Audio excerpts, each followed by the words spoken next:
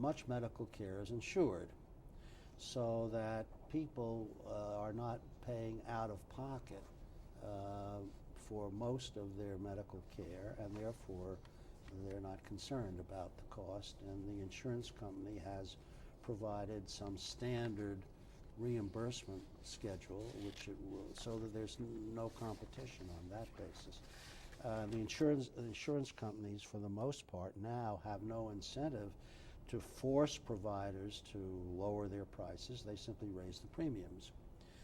The second reason there is no price competition is that there is no standardization for much of medical care, and there are not grades. When you go into a store, the products that are on the shelf are more or less standardized, and there are different grades. You can buy the top of the line or less expensive.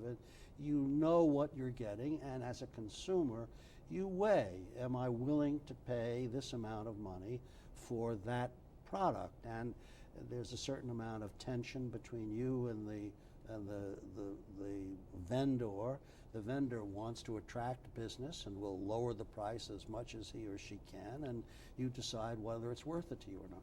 Well, that obviously doesn't exist in healthcare. When you go into a hospital and you're sick, you're not shopping around for cut rate treatment.